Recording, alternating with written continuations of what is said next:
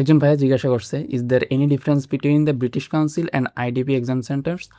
আমি বলবো যে না, তেমন একটা ডিফারেন্স নাই। এখন আমরা ফেসবুকে কিছু পোস্ট দেখি যেখানে থাকে হচ্ছে দেখা যায় যে ব্রিটিশ কাউন্সিল অথবা আইটিপির এক্সাম সেন্টারে মাঝে মধ্যে কিছু না কিছু অ্যাক্সিডেন্টালি কিছু ঘটে। সো এটা হচ্ছে রেয়ার কেস। আমার মতে একবারে রেয়ার কেসে যে কোনো কিছু হইতে পারে, কিন্তু তাই বলে যে একবারে ব্রিটিশ কাউন্সিলের সবগুলো এক্সাম সেন্টার খারাপ বা আইটিপির এক্সাম সেন্টারগুলো খারাপ, এটা কোনো ম্যাটার করে না। আসলে আইএলটিএসের যে স্ট্যান্ডার্ড কোশ্চেন সেটা আপনি ব্রিটিশ কাউন্সিলে দেন অথবা আইডিপিতে দেন, সেমই। সো ওইখানে কোনো ডিফারেন্স নাই। অ্যান্ড অলসো সার্ভিস কোয়ালিটি দুইজনের মোটামুটি ভালোই। হয়তো বা কেউ কেউ বলতে পারে যে আজকে এই সেন্টারে আমি সার্ভিস কোয়ালিটি খুবই খারাপ পাইছি।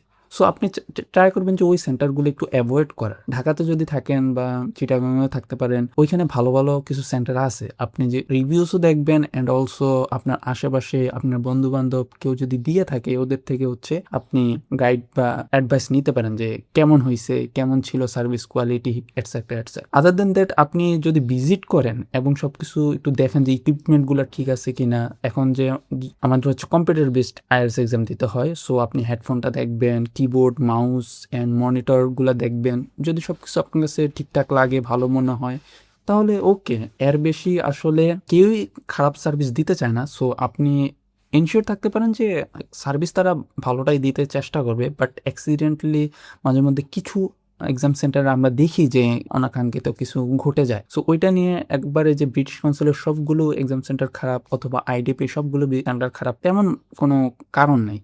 ঠিক আছে, আপনি যেটাই চুজ করেন করতে পারেন, এতে কোনো প্রবলেম নেই।